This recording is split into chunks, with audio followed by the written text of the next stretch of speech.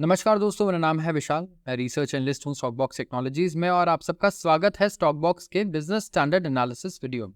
इस वीडियो में हम डिस्कस करने वाले हैं बिजनेस न्यूज़पेपर्स के कुछ बहुत ही बढ़िया आर्टिकल्स। आज मैं 9 से 10 आर्टिकल्स लेके आया हूँ। इंपॉर्टेंट है, बहुत ही बढ़िया आर्टिकल्स हैं, मैक्रो माइक्रो इकोनॉमिक्स, कंपनी से रिलेटेड एंड कंट्री से related. So we are going to cover everything and very interesting articles. सब कुछ एक दूसरे से कोरिलेटेड है, आप देखेंगे इकोनॉमिक्स में किसी ना किसी तरीके से। So let's find out and please आप इस चैनल को सब्सक्राइब भी कर लीजिए और इस वीडियो को लाइक भी कर दीजिए अगर आप ऐसे वीडियोस और देखना चाहते हैं। शुरुआत करूंगा मैं सबसे पहले आर्टिकल से, ये है हिंडाल्को के बारे में। जी, हिंडाल्को एक अच्छी खासी बड़ी कंपनी है हमारे यहाँ and Q1 profit, Q1 profit अभी इनका सर्ज हुआ है 25%। सो लेट्स फाइंड आउट कि क्या ये करती है एंड क्यों प्रॉफिट इतना बढ़िया हो रहा है और क्या शेयर प्राइस पे भी कुछ फर्क पड़ेगा। तो बिरला ग्रुप की कंपनी है ये, KM Birla promoted Hindalco industries. 25% का राइज आया है कंसोलिडेटेड प्रॉफिट आफ्टर टैक्स में। दो वर्ड्स हैं यहाँ पे, प्रॉफिट आफ्टर टैक्स, इसे हम बोलते हैं पैट, और एक होता है कंसोलिडेटेड। अब देखिए, मान लीजिए आपकी कोई कंपनी है, ठीक है, लेट्स से मोटर्स की कंपनी है, आपकी ऑटोमोबाइल कंपनी है जिसे हम कहते हैं टाटा मोटर्स। तो इसके ना रिजल्ट्स दो तरीके से आप दिखाओगे। एक तो दिखाओगे ये कंसोलिडेटेड, ये वर्ड दिख रहा है, और एक दूसरा वर्ड होता है जिसे हम लोग यूज करते हैं, हम कहते हैं स्टैंड अलोन। स्टैंड अलोन क्या होता है? स्टैंड अलोन मतलब सिर्फ टाटा मोटर्स जो कार बेचने वाली कंपनी है उसने जो कमाया वो हो गया स्टैंड अलोन। लेकिन टाटा मोटर्स एक पेरेंट कंपनी है जिसके अंदर और भी कंपनीज आती है, जैसे कि कुछ पार्ट्स बनाने वाली कंपनी, कुछ कंपनीज कुछ कॉस्मेटिक्स के चीजें बनाती हैं, प्लास्टिक, लेदर, ये वो, और भी बहुत सारी ऐसी चीजें हो सकती हैं। तो इन सब का अगर आप प्रॉफिट मिला दो तो मैं बोलूंगा ये है कंसोलिडेटेड प्रॉफिट। लेकिन अगर सिर्फ स्टैंड अलोन, आप सिर्फ टाटा मोटर्स पर्टिकुलरली जो कार बेच रही है उसी का प्रॉफिट देखना चाहते हो तो आप देखोगे क्या, स्टैंड अलोन, और ओवरऑल पूरे ग्रुप का कंसोलिडेटेड। ये दो फाइन एग्जांपल्स हैं इसके। प्रॉफिट आफ्टर टैक्स मतलब टैक्स देने के बाद एंड में जो प्रॉफिट बचता है शेयर होल्डर्स के लिए, ठीक है, ये हमारा हो गया प्रॉफिट आफ्टर टैक्स। एंड यहाँ पे क्या क्या रीजन था कि हिंडाल्को के प्रॉफिट बहुत अच्छा है। सबसे पहले favourable macros, macro economic outlook काफ़ी बढ़िया है और अभी जो चल रहा है वो भी काफ़ी बढ़िया था ग्रोथ। ऑपरेशनल एफिशिएंसीज, कॉस्ट वगैरह इन्होंने काफ़ी कम किया, एफिशिएंसी इंक्रीज की, इनपुट कॉस्ट इनके कम हुए हैं, कंपनी का ये कहना है।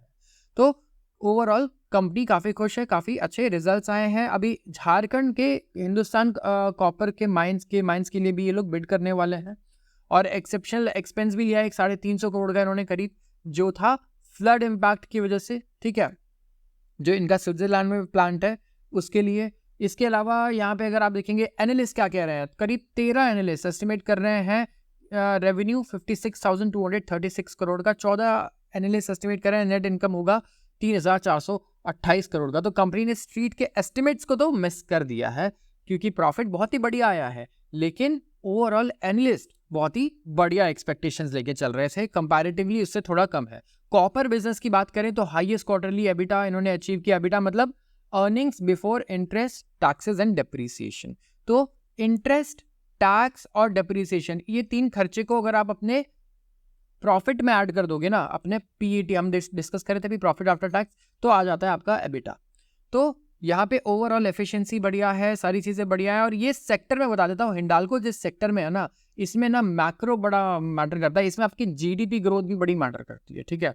तो ये ऐसी इंडस्ट्री है जो जीडीपी की ग्रोथ के साथ चलती है। ओवरऑल अगर एक्सपेंशन चल रहा है इकोनॉमी में तो ये भी एक्सपैंड करती है। India UK explore green tech for critical mineral mining. India ने नेगोशिएट करना शुरू किया है यूनाइटेड किंगडम के साथ कि वो एक्सपैंड करे और बढ़ाए अपने क्रिटिकल मिनरल कोलैबोरेशन को। यहाँ UK India technology security initiative sign की गई, जहाँ पे क्रिटिकल मिनरल्स कौन से हो गए, जितनी भी इलेक्ट्रिक व्हीकल और ग्रीन एनर्जी टेक्नोलॉजी के लिए हमें मेटल्स और मिनरल्स रखते हैं ना, इनको हम क्रिटिकल मिनरल्स बुलाने लग गए हैं हम।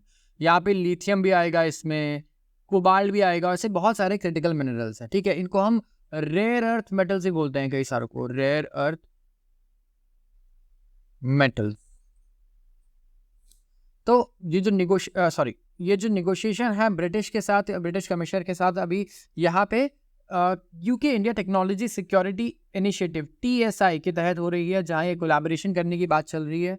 और ये particularly developing economically viable environmentally sustainable technologies के लिए। देखिए सबसे बड़ा प्रॉब्लम ग्रीन टेक्नोलॉजी में क्या है कि बड़ा ही एक्सपेंसिव है यार इसको बनाना, ठीक है। आप लिथियम बैटरीज देख लीजिए कितनी एक्सपेंसिव है, प्लस इसे चेंज भी करना पड़ता है 5 साल पे। तो थोड़ा एनवायरनमेंट को अगर आप हटा भी दें तो यार इंसान खरीद तो पाए, यूजुअली लोग इसे अफोर्ड तो कर पाए। तो इनका गोल ये रहेगा कि इकोनॉमिकली वाइबल हो, सबसे पहले ये इस तरीके की चीज़ें डेवलप करे और सस्टेनेबल भी हो, एनवायरनमेंट के लिए रिसाइकलिंग हो, क्रिटिकल मिनरल्स की ये सारी चीज़ें हों। तो ओवरऑल गोल्स तो काफ़ी अच्छे हैं, काफ़ी ग्रीन गोल्स है मैं कहूँगा। और एक बहुत ही इंपॉर्टेंट गोल है, वो ये है कि भाई पूरा सप्लाई चेन आप कहेंगे ना, वो चाइना पे डिपेंडेंट रहता है। जब आप ग्रीन टेक्नोलॉजी की बात करें, पूरी दुनिया में आप देख लीजिए लिथियम से लेके जो जितने भी क्रिटिकल मिनरल्स हैं, सबसे ज़्यादा वो कहाँ प्रोसेस हो रहे हैं, कहाँ से इंपोर्ट हो रहे हैं? चाइना से। तो क्या आप चाहोगे कि पूरा का पूरा क्रूड ऑयल आप चाइना से इंपोर्ट करो अगर उनके पास होता तो? नहीं, राइट? क्योंकि भाई हमारा राइवल है वो। क्रूड ऑयल अगर एनर्जी हम वहाँ से इंपोर्ट कर रहे हैं तो फिर ये तो बड़ी बेवकूफ़ी होगी।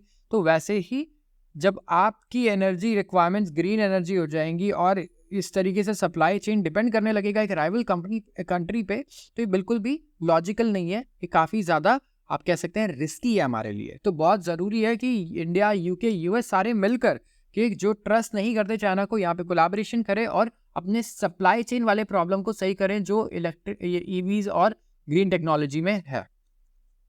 तो ये की सेक्टर्स इन्होंने डिसाइड किए हैं पहले से भी, जिसमें कि क्रिटिकल मिनरल्स है, सेमीकंडक्टर है, आर्टिफिशियल इंटेलिजेंस है, क्वांटम टेक्नोलॉजीज है, बायोटेक्नोलॉजी है, एडवांस मटेरियल्स है।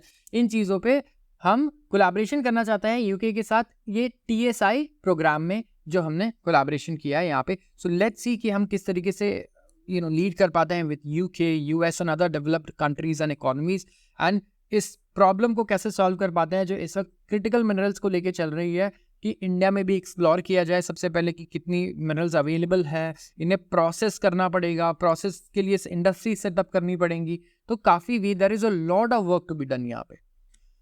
Huawei readies new AI chip to challenge Nvidia। अब Huawei काफ़ी फेमस कंपनी है, चाइनीज़ कंपनी, काफ़ी बड़ी कंपनी है मैं कहूँगा, एंड इन्होंने अभी Nvidia को चैलेंज करने के लिए एक नया AI चिप लॉन्च किया है। यस, आप देख सकते हैं आर्टिफिशियल इंटेलिजेंस चिप जो Nvidia को चैलेंज करेगा। तो चाइना की Huawei technology is close to introducing a new chip artificial intelligence की यूज़ के लिए टू चैलेंज Nvidia।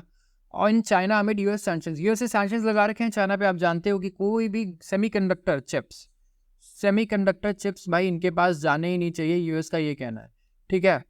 जितने भी चिप्स यूएस से बन रहे हैं, स्पेसिफिकली जो एआई में यूज़ होते हैं, वो एआई से रिलेटेड काफ़ी high and high power chips चाहिए हमें। तो जो इनका नया प्रोसेसर आया है Ascend 910C, ये टेस्ट किया जा रहा है by Chinese internet and telecom companies recent weeks में, और इनका ये कहना है कि पोटेंशियल क्लाइंट्स को उन्होंने कह दिया है कि ये एनवीडिया के H100 से कम्पीट कर पाएगा, इससे आप कंपेयर कर सकते हैं।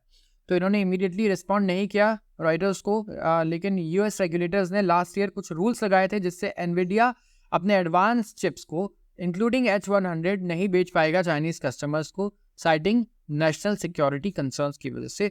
तो एनवीडिया ने 3 चिप्स निकाले टेलर्ड फॉर चाइना, लेकिन they're in line with US sanctions, बहुत ज़्यादा पावरफुल चिप नहीं थी। तो H20 कंप्यूटिंग पावर ये एक सिग्निफिकेंटली कैप्ड चिप है एज कम्पेयर टू H100 जो स्पेसिफिकली चाइना के लिए निकाले गए। तो इनिशियल नेगोशिएशंस में Huawei और पोटेंशियल कस्टमर इंडिकेट कर रहे हैं कि करीब जो ऑर्डर्स आने वाले हैं 70,000 चिप्स को ये क्रॉस कर जाएंगे with a total value of $2 billion. तो we have a competitor ready in China जो अमेरिकन कंपनीज के अगेंस्ट कम्पीट करेगा when it comes to artificial intelligence chips and semiconductor.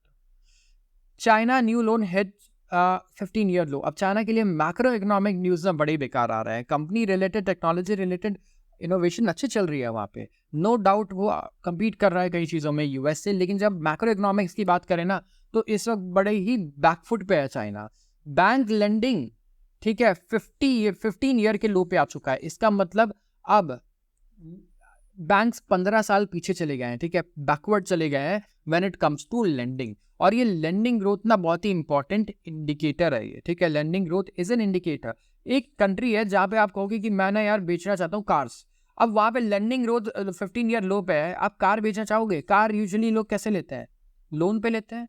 इसका मतलब कि यार जब लोन ही नहीं ले रहे हैं लोग, 15 साल पहले जितना ले रहे थे अब उतना ही ले रहे हैं सिर्फ, मतलब कि इनकी सब चीज़ें नहीं बिकेंगी ज़्यादा, क्योंकि कार और लोन ग्रोथ एक साथ होती है।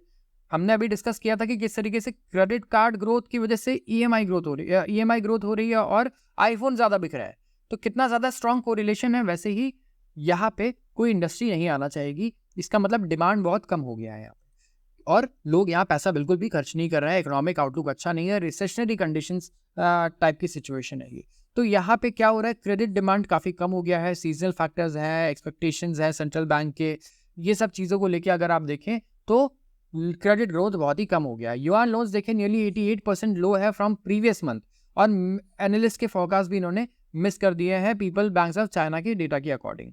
तो यहाँ पे ओवरऑल देखेंगे अगर आप, तो PBOC पब्लिक जो बैंक ऑफ चाइना है, people's republic bank of China, they are expected कि वो इंटरेस्ट रेट को और कट करेंगे, इतना कट करेंगे कि लोग बोले कि यार मैं अपनी जेब से क्या खर्च करूँ, लोन इतना सस्ता है कि लोन ही ले लेता हूँ। ठीक है, जैसा कि ये सिचुएशन कई कंट्रीज में देखी गई है, और उसके बाद इन्फ्लेशन काफ़ी बढ़ गया।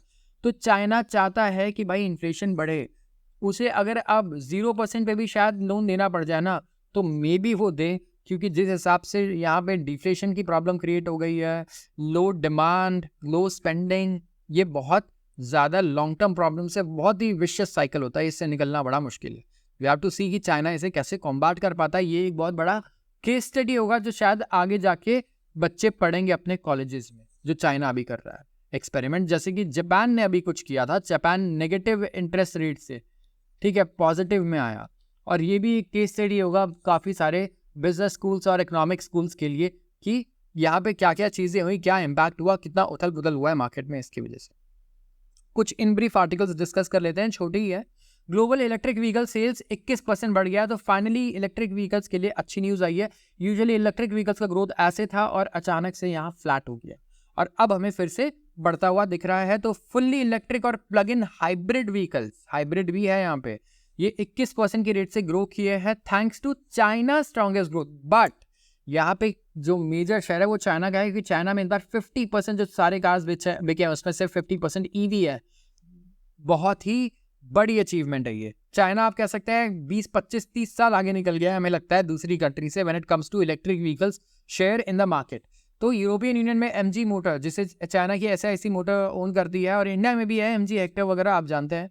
तो it expects to be hit hardest by provisional tariffs imposed by EV imported from China। European union ने क्या कहा कि भाई चाइना से EV इंपोर्ट कर रहे हो, ठीक है कोई बात नहीं, 38% इंपोर्ट ड्यूटी पे करोगे, we don't want China's cars here.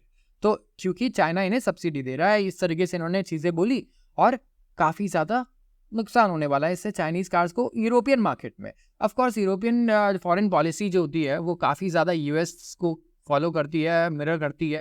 तो this was very much expected कि ये तो होगा ही भाई। ऑफ कोर्स यूरोप कभी भी US के अगेंस्ट जाके तो चाइना से बिल्कुल दोस्ती नहीं कर लेगा हर चीज़ में, तो ये एक्सपेक्टेड ही था। प्लस चाइना का जो स्टैंड है ओवरऑल अगर आप देखेंगे रशिया के सपोर्ट में, यूरोप डजंट लाइक इट, क्योंकि यूरोप यहाँ यूक्रेन को बैक कर रहा है, हर जगह नैरेटिव रन कर रहा है that we have to support Ukraine, we have to save Ukraine, and Russia एक टायरेंट है। बट चाइना इसका बिल्कुल उल्टा कर रहा है, यहाँ पे चाइना की पॉलिसी बिल्कुल ऑपोजिट है इसके। तो we have to see this कि इसका कहीं ना कहीं इम्पैक्ट ऑफ कोर्स जो इकोनॉमिक रिलेशंस हैं इनमें भी पड़ेगा, अगर आपके पॉलिटिकल रिलेशंस ऐसे हैं, पॉलिटिकल व्यूज बिल्कुल ही ऑपोजिट है एक दूसरे से। So that is what we are looking at right now. Paramount begins job cuts to slash 15% of US staff. अब मैं पैरामाउंट की बात नहीं करूँगा, लेकिन US में ले ऑफ बहुत ही ज़्यादा बढ़ गया है इस वक्त, बहुत ही बुरी तरीके से ले ऑफ चल रहे हैं। इवन इंडिया में भी अभी हमने देखा रिलायंस से किस तरीके से 42,000 लोगों को ले ऑफ कर दिया। एंड यहाँ पे ओवरऑल जम करके हमें न्यूज़ आ रही है US में कि अलग अलग कंपनीज ले ऑफ कर रही है। सब लोग आप प्रेडिक्ट कर रहे हैं कि रिसेशन टाइप का ही माहौल बन गया है। अनएम्प्लॉयमेंट काफ़ी तेज़ी से बढ़ रहा है US में इस वक्त पे, और जो रेट ऑफ ग्रोथ है अनएम्प्लॉयमेंट का वो काफ़ी कंसर्निंग है। इस रेट से नहीं बढ़ना चाहिए, अनएम्प्लॉयमेंट आ गया यहाँ पे कोई इशू नहीं है, लेकिन जिस रेट से बढ़ रहा है ये कंटिन्यूड रहा तो बहुत बड़ा इशू हो सकता है। चांसेस अगर आप देखिए JP मॉर्गन ने कहा है अब 20% से इंक्रीज करके 35% इन्होंने प्रोबेबिलिटी कह दिया है रिसेशन की US में, on the back of unemployment data, और उन्हें लगता है इन्फ्लेशन वगैरह को लेके भी हम सॉफ्ट लैंडिंग नहीं कर पाएंगे, काफ़ी डिफिकल्ट होने वाला है अगले 6 महीने और 1 साल, स्पेशली स्टॉक मार्केट के लिए US के और वहाँ के लोगों के लिए भी, ये कहना है काफ़ी सारे एनालिस्ट का। 3 killed in border clash between Pakistan and Afghanistan. तो यस, ये तो खैर बहुत ही कॉमन न्यूज़ है। अफगानिस्तान पाकिस्तान के बॉर्डर पे काफ़ी स्कर्मिश होते रहते हैं, टेरिटोरियल डिस्प्यूट्स है। ईरान पाकिस्तान और ईरान अफगानिस्तान के बीच में इसी तरीके से हमें डिस्प्यूट्स देखने को मिलते हैं। Ather's 450 million IPO, the next big spark in electric revolution. Bengaluru में बेस्ड एक कंपनी है, टू व्हीलर मैन्युफैक्चरर है, एथर एनर्जी. जैसे ओला का IPO आया अभी, ओला टू व्हीलर इलेक्ट्रिक स्कूटीज की मैन्युफैक्चरिंग करती है. अभी तो बाइक भी लॉन्च कर रही है, बट अभी स्कूटीज भी है मेन. वैसे ही एथर एनर्जी है. एथर ने भी अपना रेड हेरिंग प्रोस्पेक्टस इन्होंने ड्राफ्ट कर दिया है. IPO लाने से पहले ना आपको एक रेड हेरिंग प्रोस्पेक्टस ड्राफ्ट करना होता है, ठीक है, और सभी के पास सबमिट करना होता है. तो ये करीब $450 मिलियन का IPO लेकर आ रही है. 450 मिलियन मैं कहूँगा is close to what 4,000 crore. And यहाँ पे हम देख रहे हैं कि ट्रेंड ये आ गया है कि अब जितनी भी इलेक्ट्रिक व्हीकल्स वाली कंपनी है वो IPO ला रही है अपना, और पैसा पब्लिक से रेज कर रही है. अब ये पब्लिक से पैसा रेज करना चाह रही है. जितने भी इन्वेस्टर्स थे इनके, और आप कह सकते हो जितने भी वेंचर कैपिटल्स होंगे, प्राइवेट इक्विटी होंगे, जितने भी फंड्स होंगे इन्वेस्ट किया था, अब सबको ये एग्जिट देना चाहते हैं यहाँ पे, राइट. क्योंकि उनको भी प्रॉफिट चाहिए, तो उनको एग्जिट देने के लिए कौन एग्जिट देगा? उनको हम एग्जिट देंगे, राइट. हम फंड करेंगे उनके प्रॉफिट को बेसिकली. एंड मैं ये नहीं कह रहा हूँ, ऑफकोर्स ओला इलेक्ट्रिक को भी अच्छा रिस्पॉन्स मिला है. खुलने के बाद काफ़ी बढ़िया हमें देखने को मिला ग्रोथ शेयर प्राइस में. एंड एथर का भी मे बी अच्छा हो. एक बार प्रोस्पेक्टस देखते हैं, रीड करेंगे, तभी समझ में आएगा कि कंपनी क्या कर रही है, क्या फंडामेंटल्स हैं. अब जो कंपैरिजन के लिए ओला भी है इनके सामने, क्योंकि ओला के वैल्यूएशंस को देखा जाएगा इसको वैल्यू करते वक्त. तो वी हैव टू सी कि किस तरीके से चीज़ें होती हैं. एंड अभी इस आर्टिकल को पढ़ के कुछ प्रिडिक्ट करना is does not make sense. हम पहले प्रोस्पेक्टस देखेंगे कंपनी का, उसके बाद हम बात करेंगे और सामने ओला को रखेंगे कंपेयर करने के लिए. India is a shy of top weight China in MSCI EM after reaching. Indian equity market, ठीक है, it will soon account for over fifth of key emerging market benchmark tracked by funds with assets exceeding $500 billion. And इससे India में आएंगे $3 billion के funds. MSCI, ठीक है, index है, और यहाँ पे इसमें एक इंडेक्स है की इमर्जिंग मार्केट्स का. इमर्जिंग मार्केट्स मतलब डेवलपिंग इकोनॉमीज को हम लोग इमर्जिंग मार्केट्स भी बोलते हैं. तो इंडिया यहाँ पे एंटर करने वाला है, और यहाँ पे शेयर करने मतलब 1/5 शेयर में एंट्री करने वाला है बेसिकली. तो अब यहाँ पे बढ़िया ग्रोथ दिखाई है इंडिया ने. 1/5 का मतलब होता है 20% शेयर. तो होता यह है कि जितने भी $500 बिलियन से प्लस वाले फंड्स है ना, वो ये इसको फॉलो करते हैं MSCI इंडेक्स को. तो जब वो देखेंगे कि अच्छा इंडिया का शेयर 2% लेट से बढ़ गया अगर, या 5% बढ़ गया है, तो अब इंडिया में हमें इनफ्लोज देखने को मिलेंगे. इसके हिसाब से ही अपनी इन्वेस्टमेंट भी इंडिया में बढ़ा देंगे. तो बेसिकली न्यूज़ इसलिए इंपॉर्टेंट है कि ओवरऑल इंडियन मार्केट में इनफ्लो आने वाला है, ठीक है. एंड इंडिया का जो वेट है 2021 के शुरुआत में सिर्फ 9.2% था अगेंस्ट चाइना का 38.7%, जो अब इंक्रीज करके 20% हो जाएगा फॉर द फर्स्ट टाइम. तो इंडिया ने डबल से भी ज़्यादा कर लिया है अपना weight, which is a very significant growth, मैं ये कहूँगा. एंड येस, इंडिया में अच्छा खासा इन्फ्लो देखने को मिलेगा. इक्विटी मार्केट, स्टॉक मार्केट के लिए तो और बढ़िया न्यूज़ है. ऑल्दो ये funds usually blue chip companies में ही पैसा डालती हैं, तो वहाँ पे हमें इन्फ्लो आता हुआ नजर आएगा. Coal India removes cap demand to dictate supply. National miner है हमारा कोल इंडिया लिमिटेड. इन्होंने सारे रेस्ट्रिक्शंस को लिफ्ट कर दिया है. कौन से रेस्ट्रिक्शंस भाई, और इससे क्या फायदा होगा? तो यहाँ पे कुछ रेस्ट्रिक्शंस थे, ठीक है, ऑन अमाउंट ऑफ कोल जो पावर जनरेशन कंपनीज प्रोक्योर कर सकती हैं, खरीद सकती हैं एक बार में, ठीक है, फ्यूल सप्लाई अग्रीमेंट्स के तहत, जिसमें अब ये जितना चाहे उतना फॉसिल फ्यूल एक्वायर कर सकती हैं. कोई रेस्ट्रिक्शन नहीं है, जो पहले एक रेस्ट्रिक्शन था. तो यहाँ पे स्टेटमेंट रिलीज की गई और उन्होंने कहा कि अब जो ACQ लिमिट है, ACQ लिमिट क्या है? Annual contracted quantity. कॉन्ट्रैक्टेड मतलब जो कॉन्ट्रैक्ट में लिखा था हमने क्वांटिटी कि भाई हमें तो इतना चाहिए, उससे आप ज़्यादा ले लो, कोई दिक्कत नहीं है फॉसिल फ्यूल. और यहाँ पे इंडिपेंडेंट जो पावर प्लांट्स है वो भी खरीद सकते हैं. प्राइवेटली ओन्ड यूनिट्स है, जिसको जितना चाहिए कोल उतना मिलेगा. कोल इंडिया का ये कहना है बेसिकली, ठीक है. तो ये ईज ऑफ डूइंग बिजनेस और सिंप्लिसिटी को बढ़ाना चाहते हैं, इसीलिए कोल इंडिया ने ये डिसीजन लिया है. एंड जो कॉन्सेप्ट है ये वाला ACQ वाला, जहाँ पे हम लोग क्या फुल फॉर्म था इसका भी, एनुअल कॉन्ट्रैक्टेड क्वांटिटी, ये लॉन्च किया गया था 2007 में न्यू कोल डेवलपमेंट पॉलिसी में, जहाँ पे 80 to 90% जो सप्लाई है वो कोल की कैप कर दी जाती थी पावर पॉइंट के रिक्वायरमेंट्स पे. तो अब इस कैप को हटा दिया गया है, और इसे 100% भी कर दिया गया था, बट बढ़ाने का भी गवर्नमेंट सोचा बढ़ाना क्या है, हटाओ इसे, इसे पूरा खत्म करो, एंड जिसको जितना फॉसिल फ्यूल चाहिए हम उतना फ्यूल देंगे। अगर आप पावर प्लांट कंपनी हो, आप इंडिपेंडेंट पावर प्लांट हो, आप कुछ भी कर रहे हो, तो जो वॉल्यूम ग्रोथ होगी इन सेल ऑफ कोल, इससे मैक्सिमाइज होगा रेवेन्यू, क्योंकि मेजर कॉस्ट जो है इनका वो तो फिक्स ही है। तो यहाँ पे काफी एडवांटेज हो सकता है कोल इंडिया को। कोल जनरेटेड इलेक्ट्रिसिटी सेटिस्फाई करती है इंडिया की 75% पावर डिमांड। तो अब अभी जो ईवी चला रहे हो ना, वो आप कोयले से चला रहे हो, आप ऐसे सोचो, ठीक है। तो इंडिया में this is why we have to work a lot. ये चीज़ें हिस्टोरिकल लगती है हमें, but yes it's very serious कि हम कोल से जल्दी शिफ्ट करें। और जो मेजर इन्वेस्टमेंट है ना, वो हमें इन ग्रीन एनर्जी प्रोडक्शन में चाहिए सबसे पहले। ईवीज तो आ जाएंगे यार, लोग खरीद लेंगे, बट ग्रीन एनर्जी प्रोडक्शन है ना, यहाँ पे बहुत ज़रूरी है कि हम शेयर इंक्रीज करें। और बड़ा महंगा पड़ता है, न्यूक्लियर पावर प्लांट सेटअप करना is also very complicated, very expensive, political issues भी बहुत ज़्यादा हैं। तो वैसे ही सोलर पावर से आप सब कुछ नहीं कर सकते, बहुत सारी चीज़ें हैं ऐसे। Government allows power exporters to sell electricity back in India. Ministry of power ने अमेंड किया है की रेगुलेशन, जहाँ पे पावर प्लांट जो है ये सप्लाई करेंगे इलेक्ट्रिसिटी टू नेबरिंग कंट्रीज, और यहाँ पे अपना आउटपुट सेल करेंगे इंडिया को वापस। तो जैसे आप एक कंपनी हो, ठीक है, आप लेट्स से नेपाल या म्यांमार या बांग्लादेश को इलेक्ट्रिसिटी सप्लाई करते हो, बेचते हो। अब अगर उन्होंने नहीं लिया तो आप इंडिया को वापस भेज दो। इंडियन गवर्नमेंट ने नया रूल बनाया, और ये रूल तब बनाया इंडियन गवर्नमेंट ने जब देखा कि भाई बांग्लादेश में तो बड़े पंगे हो रहे हैं इस वक्त, बड़ी इंस्टेबिलिटी है, गवर्नमेंट पता नहीं क्या डिसीजन कब चेंज कर दे, किस कंपनी को कॉन्ट्रैक्ट चेंज कर दे। तो यहाँ पे क्या है, अडानी पावर जो बांग्लादेश में इलेक्ट्रिसिटी सप्लाई करता था, इन्हें अब इंडिया को ये सेम इलेक्ट्रिसिटी और पावर सप्लाई करने का मौका मिल जाएगा। तो ये काफ़ी इंडियन कंपनीज लॉस से भी बच जाएंगे। This is a good thing, this is how we have to support our domestic companies. कि ठीक है, आप किसी विदेशी जब कंट्री के साथ बिजनेस करते हो तो यहाँ पे रिस्क बहुत सारे होते हैं, राइट, बट एडवांटेज भी है। हम नहीं चाहेंगे कि चाइना आए और पावर सप्लाई करने लग जाए, राइट। हम नहीं चाहेंगे कि चाइना आए और अपने टेलीकॉम कंपनी सेटअप कर दे बांग्लादेश में, चाहेंगे हम? नहीं। तो उसके लिए क्या है कि हमें अपनी कंपनीज की थोड़ी मदद करनी पड़ेगी, थोड़ा लेवरेज देना पड़ेगा, ताकि हमारी कंपनीज बांग्लादेश में टेलीकॉम सेटअप करे, मोबाइल फोन्स बेचें, इस तरीके से चीज़ें करें। We don't want our enemy countries at our borders.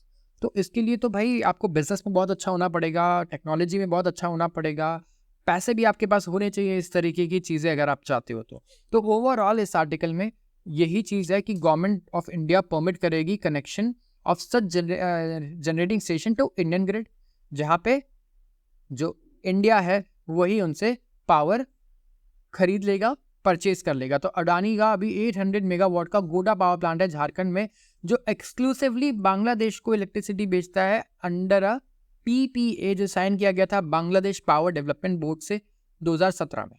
जो थर्मल पावर प्लांट है जो सोर्स करता है coal from Adani group mines in Australia. Adani group mine Australia से कोयला आता है, इंडिया में इलेक्ट्रिसिटी जनरेट होती है और बेचा जाता है किसको? बांग्लादेश को। तो कितना बड़ा सप्लाई चेन है आप ये देखिए, राइट, कितनी ग्लोबली हो रही है चीज़ें। बांग्लादेश वाले जो लोग जब लाइट यूज़ कर रहे होते होंगे, क्या वो सोचते होंगे कि ये कोयला जो आया ऑस्ट्रेलिया से आया अडानी के माइन से, फिर इंडिया लाया गया और इंडिया से इलेक्ट्रिसिटी को जनरेट करके इम्पोर्ट किया गया उनकी कंट्री में? नहीं। तो दिस इज हाउ, जब we have friendly relations with the countries, तो इस तरीके से हम ग्लोबल सप्लाई चेन क्रिएट कर पाते हैं, जो बहुत एफिशिएंट भी होती है और बेनिफिशियल भी होती है कंट्रीज के लिए। तो ओवरऑल जो वहाँ पे डेवलपमेंट्स आई हैं, कंपनीज आर स्केर्ड जो वहाँ पे बिजनेस कर रही है। यू डोंट नो कि क्या होगा यहाँ पे। अब जैसे कि स्टेट ओन्ड एनटीपीसी है, इसकी भी एग्रीमेंट है 500 मेगावाट पावर सप्लाई करने की बांग्लादेश को, लेकिन ये अलग अलग स्टेशन से पूल्ड है। जैसे दामोदर वैली कॉर्पोरेशन है, उन्होंने 300 मेगावाट का कॉन्ट्रैक्ट साइन किया बांग्लादेश के साथ, और इसके अलावा और भी अलग अलग कंपनीज है, but Indian government is there to help this companies. So I don't think it is a case to worry. अब आते हैं एक शॉकिंग थोड़े सरप्राइजिंग चीज़ पे। हीरो मोटोकॉर्प का नेट प्रॉफिट 47% बढ़ा है टू 1032 करोड़।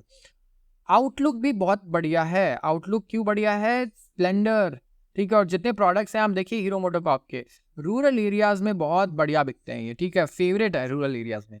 रूरल एरियाज में इनकम बढ़ेगी तो स्प्लेंडर ज़्यादा बिकेगा, हीरो के बाइक ज़्यादा बिकेंगी। लेकिन रूरल एरियाज में इनकम ना मानसून पे बहुत ज़्यादा डिपेंड करती है। मानसून सही हुआ तो इस बार खेती बढ़िया होगी, तब खरीदेंगे स्प्लेंडर। लेकिन मानसून इस बार बहुत बढ़िया हुआ और हीरो के शेयर प्राइसेस अगर आप देखेंगे क्या बढ़िया परफॉर्मेंस दी है। हीरो, बजाज, टीवीएस, ट्रैक्टर की कंपनीज देखिए, बहुत ही बड़ा, बिल्कुल बीट किया है निफ्टी को, ठीक है, सारे एस्पेक्ट्स में। लेकिन रिजल्ट्स आए तो अगर आप देखोगे आज तो हीरो मोटोकॉर्प काफ़ी नीचे चल रहा है। मैं ये वीडियो बना रहा हूँ तभी करीब ये 3 से 4% नीचे चल रहा है। तो ऐसा क्या हो गया भाई? अब देखिए यहाँ पे ओवरऑल एक बार पहले आर्टिकल पढ़ लेते हैं। जो कंसोलिडेटेड प्रॉफिट है करीब 50% ही बढ़ गया है प्रॉफिट, तो अगर आप देखें। और यहाँ पे भी कंसोलिडेटेड वर्ड यूज है, तो स्टैंड अलोन और कंसोलिडेटेड का आपको मतलब मैंने समझा दिया है, तो याद रखिएगा इसे।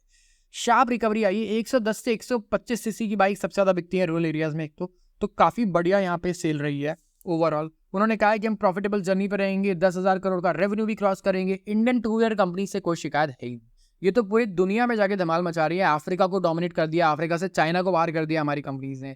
यूरोपियन कंपनीज खरीद रहे हैं हम लोग, नॉर्टन खरीद लिया है हमने। इसके अलावा और भी कंपनीज खरीदे जा रहे हैं। पूरा वॉलेट लेके हम लोग घूम रहे हैं वर्ल्ड वाइड की भाई हमारी जो टू व्हीलर कंपनीज है। इंडिया में लोगों को टू व्हीलर का इतना क्रेज है जितना कहीं और देखने को इजीली नहीं मिलता। तो इससे बहुत फायदा भी मिला है हमारी डोमेस्टिक कंपनीज को, और कंपटीशन से बहुत फायदा मिला है। अगर एक ही कंपनी होती जो इंडिया में मोटरसाइकिल्स बेच रही होती तो ये कभी भी ग्लोबली compete नहीं कर पाती, क्योंकि उसको इनोवेशन करके क्या करना है। एक ही तो कंपनी है, कुछ भी बनाएंगे, 2 टायर लगा देंगे, इंजन लगा देंगे कहीं से लाके, वो लोगों को खरीदना ही खरीदना और कोई ऑप्शन नहीं है। लेकिन डोमेस्टिक मार्केट में इतना बढ़िया और मैं कहूँगा इंटेंस कंपटीशन है कि कंपनीज हर महीने नई चीज़ें इनोवेट करती हैं, पार्टनरशिप करती हैं ग्लोबल। और इसी का एडवांटेज हमें बाहर के देशों में मिलता है जहाँ ग्लोबल कंपिटिटर्स को हम लोग एकदम से फेंक देता है, स्पेसिफिकली मिडिल क्लास कंट्रीज में, जहाँ पे जो डेवलप्ड इकोनॉमीज है वहाँ नहीं। और इवन आप यूके में भी देखेंगे तो royal Enfield number 1 selling motorcycles में से रही है कई साल और कई महीने, कई क्वार्टर्स। तो ये दिस सीम्स वेरी मतलब सरप्राइजिंग कई सारे लोगों की हमारी डोमेस्टिक जो बाइक कंपनीज है वो इतना बढ़िया कर रही है बाहर जा करके।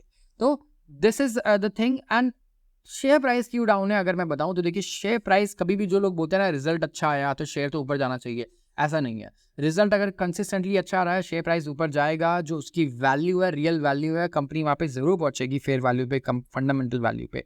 लेकिन आज शेयर गिरना कल बढ़ना, ये रिजल्ट्स और इन चीज़ों के अलावा बहुत सारी चीज़ें होती हैं जिसपे ये मैटर करता है। इसमें शॉर्ट टर्म मार्केट का मूड कैसा है, मार्केट का सेंटिमेंट कैसा है, ये सारी चीज़ें बहुत मैटर करती है। तो इसीलिए मैं कहूँगा बहुत ज़्यादा रिलेशनशिप्स ड्रॉ मत कीजिए कि आज रिजल्ट अच्छा है तो शेयर बढ़ना ही चाहिए, रिजल्ट खराब आया तो शेयर गिरना ही चाहिए। ऐसा कोई कोरिलेशन नहीं होता। आप कैलकुलेट करके देख लीजिए पिछले 25 बार जब रिजल्ट आए हैं, 50 बार जब रिजल्ट आए अलग अलग कंपनीज के, तो क्या सिचुएशन रही। तो आज के लिए बस इतना ही। अगर आपको वीडियो पसंद आई हो तो इसे लाइक कर दीजिए एंड चैनल को सब्सक्राइब करना बिल्कुल मत भूलिए। आप सबका बहुत बहुत धन्यवाद।